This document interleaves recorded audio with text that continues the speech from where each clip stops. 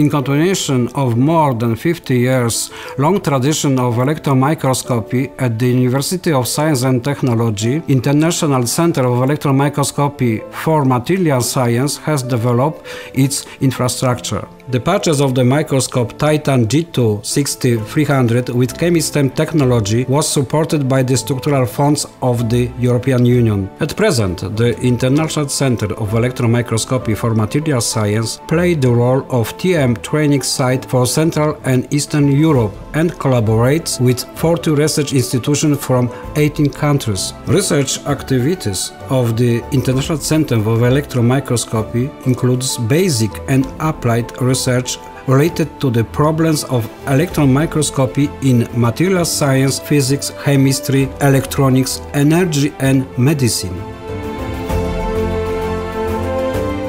My interest concerns the characterization of advanced material by large-scale European facility, like intense neutron source synchrotron radiation.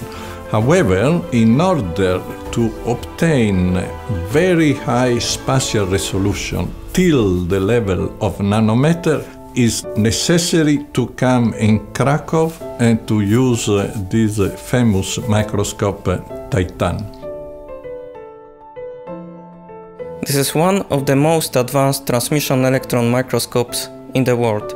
Its high resolving power of 70 picometers allows us to observe microstructure and nanostructure, as well as measure chemical composition of the materials even at atomic level. Thanks to this, we are able to say which atom belongs to which element. Typical sample for Titan have dimension of 10 by 7 micrometer. If we will magnify it by 10 million times, it will undertake the size of the football field. At such extremely high magnifications, we are observing area of 10 by 10 nanometers, what gives the equivalent of 10 by 10 centimeters square on the football field. In certain conditions like high stress or elevated temperature, material properties depends on its microstructure, which is a result of the certain chemical composition, heat treatment and processing of the material. Thanks to our equipment, we can investigate that structure, link it with the material properties and to consider how the material can be improved to make it suitable for the certain application like energy systems, aeronautics, biomaterials or automotive industry.